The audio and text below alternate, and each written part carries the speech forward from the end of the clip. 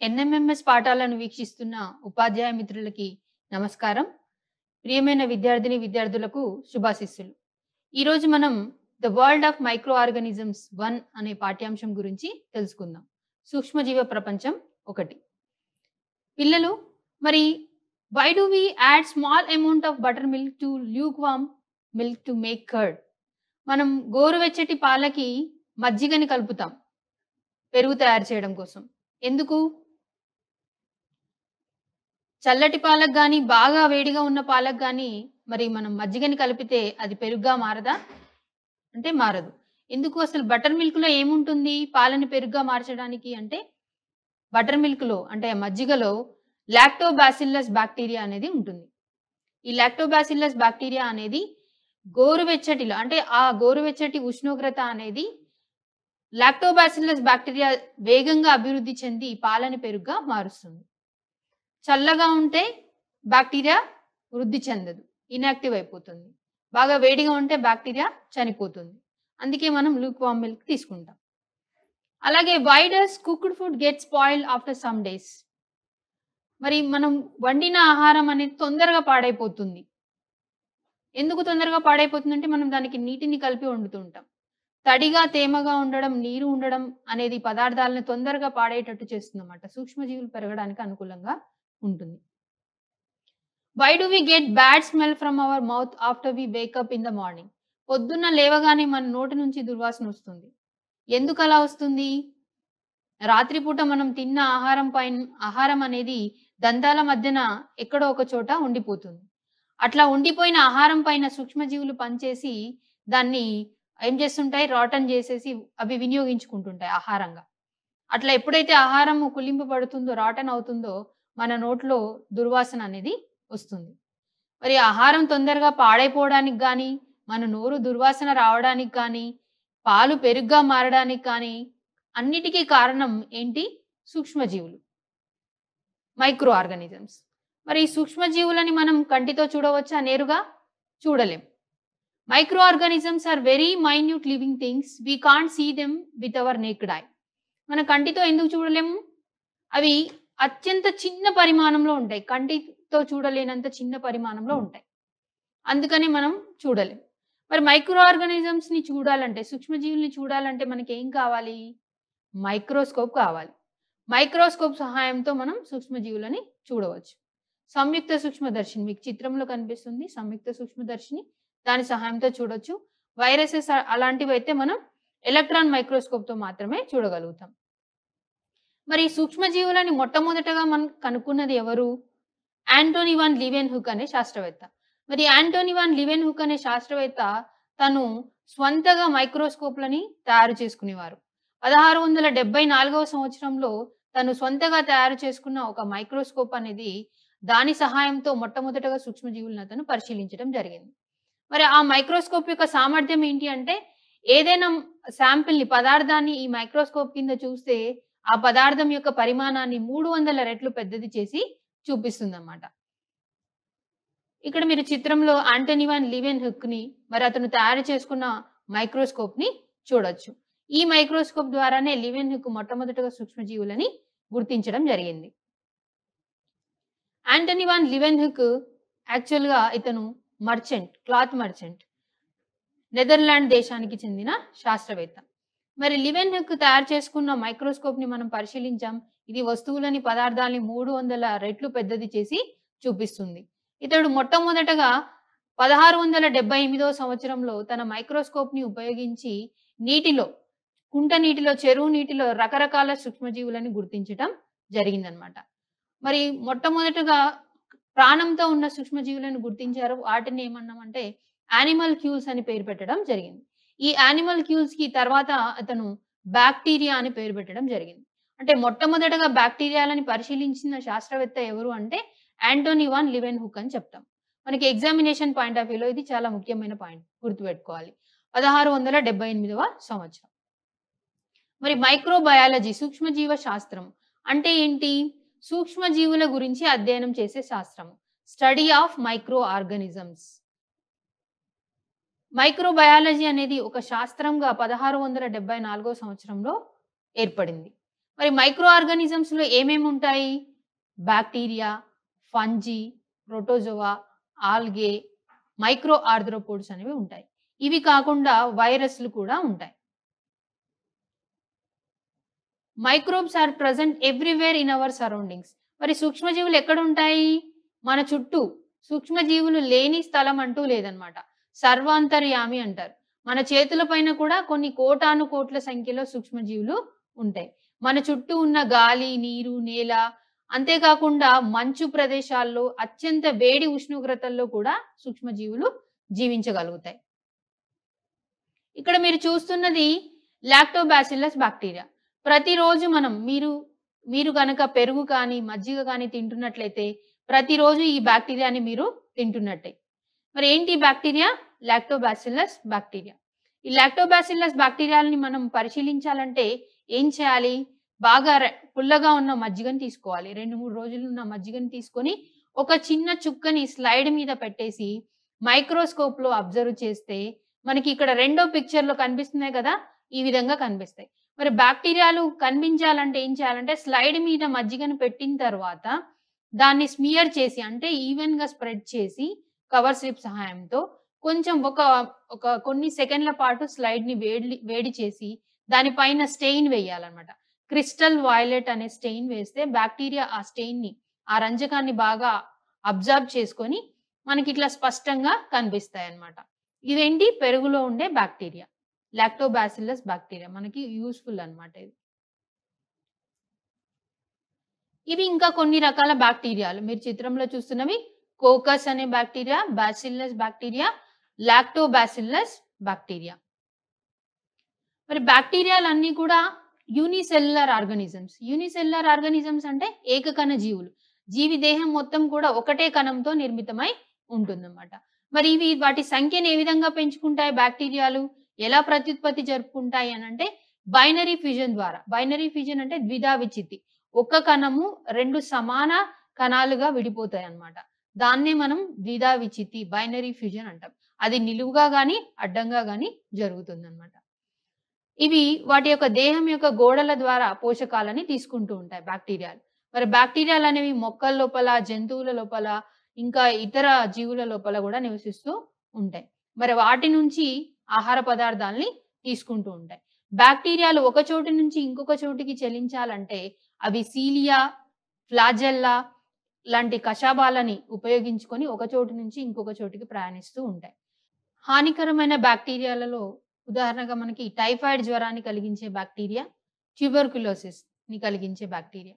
ఇక ఉపయోగకరమైన బాక్టీరియా తీసుకున్నట్లయితే రైజోబియం మరియు ఈకోలై.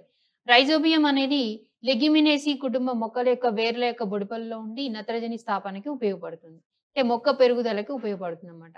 ఈకోలై అనేది మానవుని యొక్క పేగులలో ఉండి ఇది విటమిన్ల సంశ్లేషణకి ఉపయోగపడుతుంది. There are different kinds of bacteria in our body. Bacteria present in our digestive tract are useful in digestion, like E. coli, and also helps in vitamin synthesis. Several bacteria grow on our skin. Some show symbiotic relationship, like rhizobium. Bacteria are found everywhere in soil, air, water, and bark of trees, and they live in plant and animal bodies also. They can live in low and high temperatures. మరి బాక్టీరియాలు అనేవి అన్ని చోట్ల కనిపిస్తాయి. ఇంతకుముందు మనం చెప్పుకున్నట్టుగా. Biggest bacteria ఇప్పటి వరకు కనుక్కున్న వాటిల్లో అత్యంత పెద్ద బాక్టీరియా ఏంటంటే దీన్ని మనం కంటితో కూడా చూడగలుగుతాము. దాని పేరు మార్గరిటా నమీబియెన్సిస్. దీన్ని హైడ్ ఎన్ షుల్జ్ అనే శాస్త్రవేత్త కనుక్కోవడం జరిగింది. నమీబియా దేశానికి చెందిన శాస్త్రవేత్త. దాని తర్వాత చెప్పుకోదగిన మరొక మైక్రో ఆర్గానిజమ్స్ రకము ఫంగై, శిలీంధ్రాలు. ఇక్కడ మీరు చూస్తున్నది మష్రూమ్, దాని తర్వాత ఈస్ట్. ఇవి రెండు కూడా శిలీంధ్ర జాతికి చెందినవి. ఫంగై అని చెప్పి అంటాం అన్నమాట. మరి ఫంగై అనేవి మెనీ సెల్ అంటే మల్టీ సెల్యులర్ ఆర్గానిజమ్స్. ఒకటి కంటే ఎక్కువ కణాలతో వీటి దేహం నిర్మితమై ఉంటుంది. ఇవి క్లోరోఫిల్ ని కలిగి ఉండవు. క్లోరోఫిల్ ని కలిగి ఉండవు కాబట్టి ఏ క్లోరోఫిల్లస్ ప్లాంట్స్ అంటాం వీటిని. ఏ క్లోరోఫిల్లస్ ప్లాంట్స్ అంటే క్లోరోఫిల్ ని కలిగి ఉండవు, ఆకుపచ్చగా ఉండవు కాబట్టి ఆహారాన్ని తయారు చేసుకోలేవు.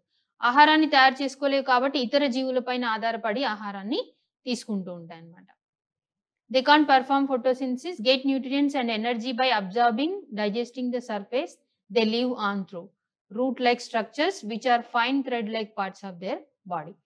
ముఖ్యంగా మనం శిలీంధ్రాలని వ్యర్థ పదార్థాల మీద పెరగడం చూస్తూ ఉంటాం. తడి గోడల పైన, తడి పదార్థాల పైన పెరగడం చూస్తూ ఉంటాం. మరి ఈ వ్యర్థ పదార్థాల నుంచి, ఆహార పదార్థాల నుంచి వాటిని కరిగించి దాని నుంచి ఆహారాన్ని తీసుకుంటూ ఉంటాయన్నమాట. కరిగించడం అంటే కొన్ని రకాల ఎంజైమ్‌లను వాటిపైకి రిలీజ్ చేస్తాయి. ఆ ఎంజైమ్‌ల వల్ల ఆహారం జీర్ణమవుతుంది. జీర్ణమైన ఆహారాన్ని ఇవి తీసుకుంటాయన్నమాట. ఇవన్నీ కూడా హెటెరోట్రోప్స్. హెటెరోట్రోప్స్ అంటే పరపోషకాలు. శిలీంధ్రాలన్నీ పరపోషకాలన్నమాట. ఇతర జీవుల మీద ఆధారపడి బ్రతుకుతాయి.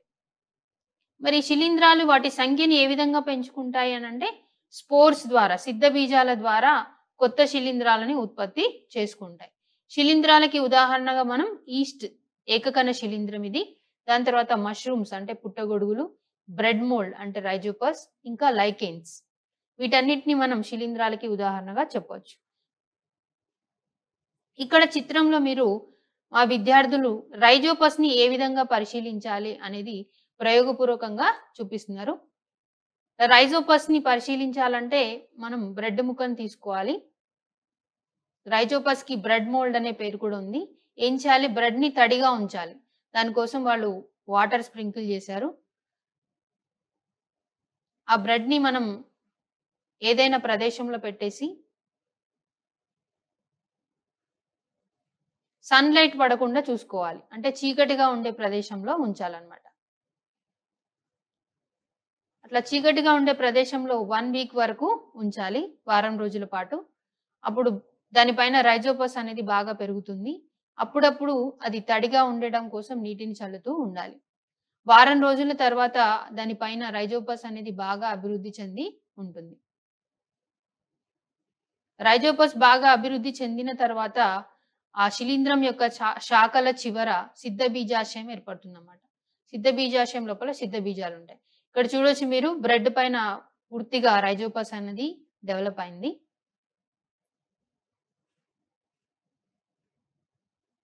ఈ బూజుని మనం కొంచెం శాంపిల్ ని మనం స్లైడ్ మీదకి తీసుకోవాలి.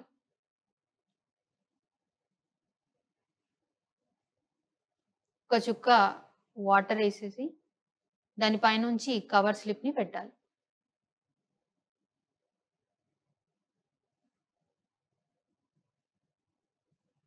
ఎక్కువగా ఉన్న నీటిని వైట్ పేపర్‌తో గాని, టిష్యూ పేపర్‌తో గాని తుడిచేయాలి. ఇప్పుడు ఈ స్లైడ్‌ని మనం మైక్రోస్కోప్‌లో పరిశీలించాలి.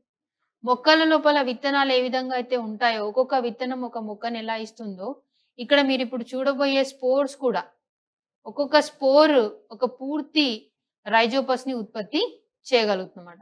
ఇక్కడ మీరు గమనిస్తున్న చిన్న చిన్న రౌండ్స్ అన్నీ కూడా ఏంటంటే స్పోర్స్ అన్నమాట. రైజోపస్ బ్రెడ్ మోల్డ్ యొక్క సిద్ధ బీజాలు. ఇది రైజోపస్, బ్రెడ్ పైన పెరిగే రైజోపస్. సన్నటి శాఖల చివర ఉబ్బినట్టుగా కనిపిస్తుంది కదా! దాన్ని సిద్ధ బీజాశయం అంటాం. ఆ సిద్ధ బీజాశయం లోపల స్పోర్స్ ఇంతకుముందు చూసిన మీరు స్పోర్స్ కనిపిస్తాయన్నమాట. ఆ స్పోర్స్ అనేవి అక్కడ గాలి ద్వారా వ్యాప్తి చెంది అక్కడక్కడ పడుతుంటాయి. ఎక్కడైతే తడి ప్రదేశాల మీద పడతాయో అక్కడ మళ్ళీ మొలకెత్తి బూజ్‌ని ఏర్పాటు చేయడం జరుగుతుందన్నమాట. అంటే బ్రెడ్ మోల్డ్‌ని ఉత్పత్తి చేస్తుంది. ఇక్కడ మీరు చిత్రంలో చూస్తున్నవి ఫంగస్ వల్ల వచ్చే 2 రకాల సాధారణ వ్యాధులు. ఒకటి రింగ్ గార్డ్ అని చెప్పేసి అంటాం. రెండవది ఏంటంటే అథ్లెట్స్ ఫీట్ అంటాం. ఇక్కడ పాదం అనేది చెడిందనమాట. కింది వైపు అంతా కూడా ఈ ఫంగస్ వల్ల ఈ విధంగా అవుతుంది. ఇక్కడ మీరు చిత్రంలో ఇంకొన్ని ఉదాహరణలు చూడొచ్చు. మొదటిది పెన్సిలియం అనేది, పెన్సిలియం నొటేటం అనే శిలీంధ్రం. రెండవది రైజోపస్, బ్రెడ్ మోల్డ్. మూడోది ఆస్పర్జిల్లస్. ఇవి 3 కూడా శిలీంధ్రాలకి ఉదాహరణ. మనకి ఎన్ఎంఎంఎస్ ఎగ్జామినేషన్ పాయింట్ ఆఫ్ వ్యూలో శిలీంధ్రాలకి ఉదాహరణ పైన క్వెషన్స్ అడిగే అవకాశం ఉంటుంది. కాబట్టి ఉదాహరణలు మనం గుర్తుంచుకోవాలి. నెక్స్ట్ మరొక సూక్ష్మజీవ రకం ప్రోటోజోవా. ప్రోటోజోవాలు అన్ని కూడా ఏకకణ జీవులు, యూనిసెల్యులర్ ఆర్గానిజమ్స్. మరికొన్ని బహుకణ జీవులు కూడా ఉంటాయి. ఈ ప్రోటోజోవాస్ అనేవి నీటిలో మరియు భూమిపైన నివసిస్తూ ఉంటాయి. ఇవి ఆహారాన్ని ఇతర జీవుల నుంచి తీసుకుంటూ ఉంటాయి. ఒక యూగ్లినా మాత్రమే స్వంతగా ఆహారాన్ని తయారు చేసుకోగలుగుతుంది. మిగతా ప్రోటోజోవాలన్నీ కూడా ఇతర జీవుల మీద ఆధారపడతాయి. ప్రోటోజోవాలలో మలేరియా మరియు అమీబియాసిస్ అనే వ్యాధులు కలిగిస్తాయి ప్రోటోజోవన్స్. ఇవి వాటి సంఖ్యని పెంచుకోవడానికి బైనరీ ఫ్యూజన్ అనే పద్ధతిని, ద్విధావిచితి పద్ధతిని పాటిస్తూ ఉంటాయి. ప్రోటోజోవా జీవులకు ఉదాహరణగా పారామీషియం, అమీబా, యూగ్లినా వంటి జీవులని చెప్పుకోవచ్చు. ఇక్కడ మీరు చిత్రంలో చూసేది ఏ చిత్రంలో ఉన్నది అమీబా, బి చిత్రంలో ఉన్నది paramecium.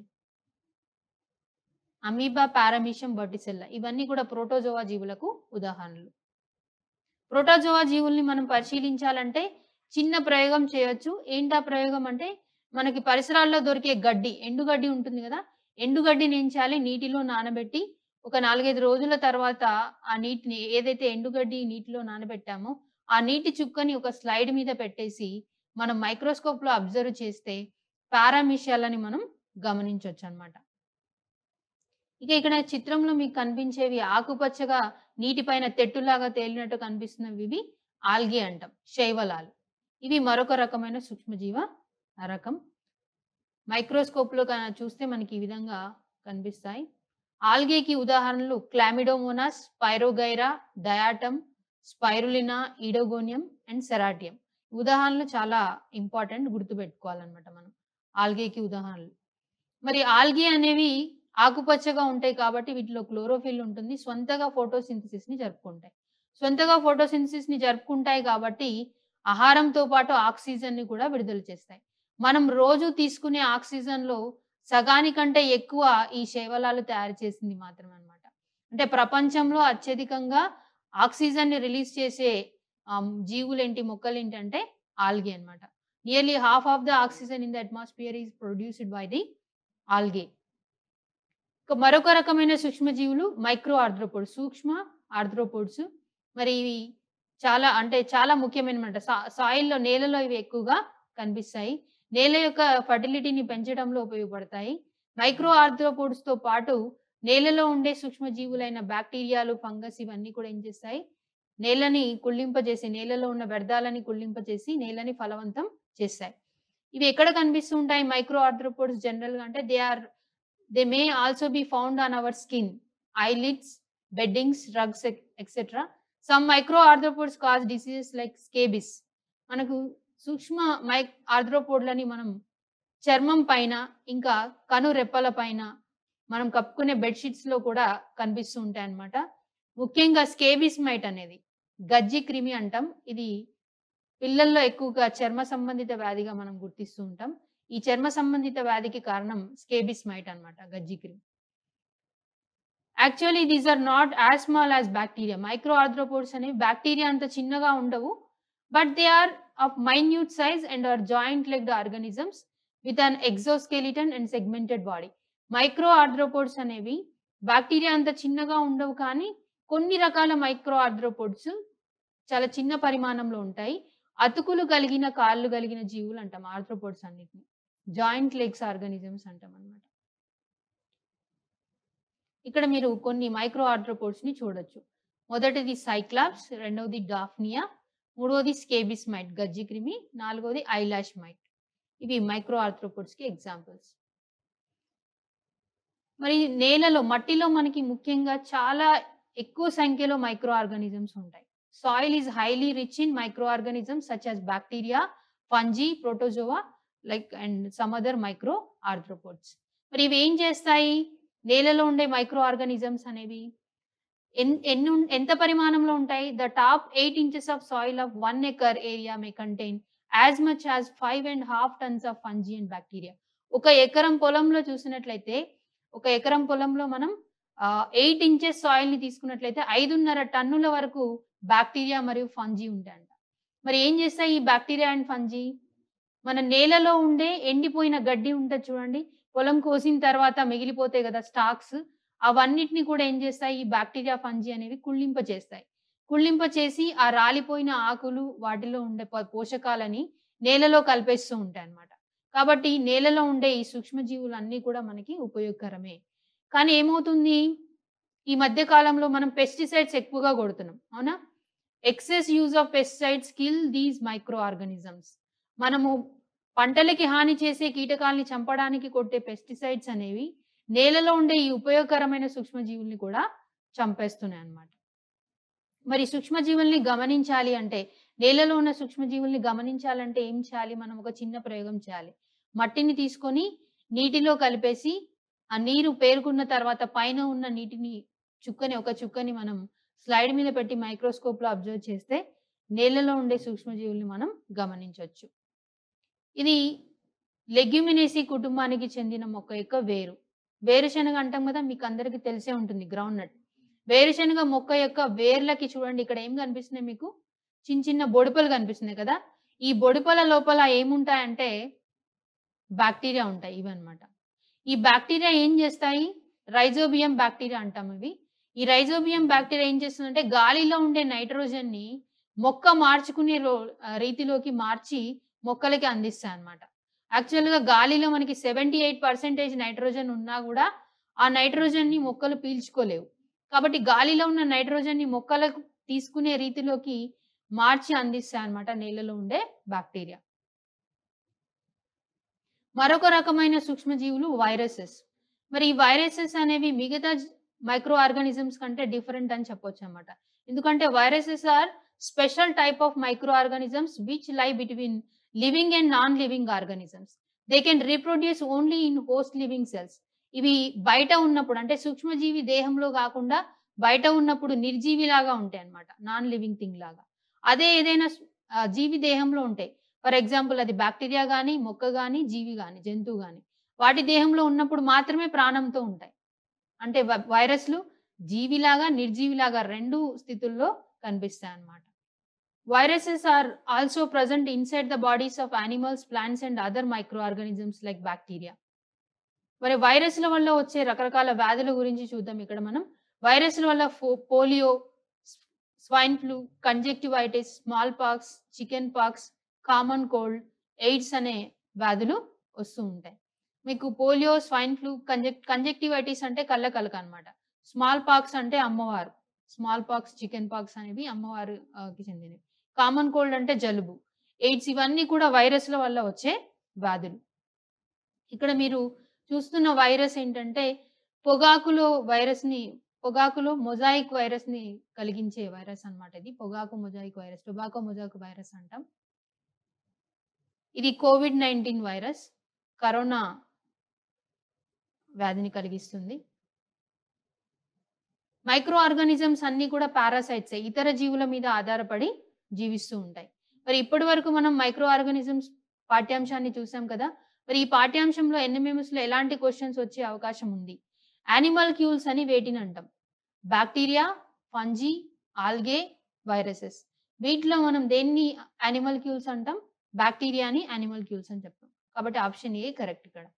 Find the micro arthropod. ఇందులో మైక్రో ఆర్థ్రోపోడ్ ఏంటి? Scabies mite, amoeba, yeast, bacteria. Scabies mite అనేది గజ్జిక్రిమి అనేది మైక్రో ఆర్థ్రోపోడ్. అమీబా అనేది ప్రోటోజోవాన్. ఈస్ట్ అనేది ఫంజీ అన్నమాట. బాక్టీరియా అనేది బాక్టీరియా సూక్ష్మజీవి రకానికి చెందింది. Bacteria are stained by. బాక్టీరియాని మనం మైక్రోస్కోప్‌లో స్పష్టంగా గమనించాలంటే ఏ రంజకాన్ని వాడాలి? ఏ స్టెయిన్‌ని వాడాలి? A safranin, B crystal violet, C crystal red, D crimson red. ఏది వాడతాం మనం? క్రిస్టల్ వైలెట్ వాడతాం. Option B correct. The study of micro organisms. సూక్ష్మజీవుల గురించి అధ్యయనం చేయడాన్ని ఏమంటాం? ఎకాలజీ ఆవరణ శాస్త్రము, జువాలజీ జంతు శాస్త్రము, సి మైక్రోబయాలజీ సూక్ష్మజీవ శాస్త్రము, D virology. Match the following. ఇక్కడ మనకి కొన్ని రకాల సూక్ష్మజీవులు అవి ఏ సూక్ష్మజీవ వర్గానికి చెందిందో ఇవ్వడం జరిగింది. Bacteria, virus, algae, protozoa. Bacteria అనేది మనకి ఇక్కడ బాక్టీరియాకి ఉదాహరణగా ఏం చూస్తున్నాం ఇక్కడ? రైజోబియం అనేది బాక్టీరియా. వైరస్ వచ్చి కరోనా. ఆల్గే అనేది స్పైరోగైరా. ప్రోటోజోవాకి చెందింది అమీబా. ఇది మనకి కరెక్ట్ మ్యాచింగ్. పిల్లలు ఈ పాఠ్యాంశంలో మనం మైక్రో ఆర్గానిజమ్స్ 1 అనే చాప్టర్ గురించి తెలుసుకున్నాం కదా. మరొక పాఠ్యాంశంలో మరొకసారి మళ్ళీ కలుద్దాం. అంతవరకు సెలవు.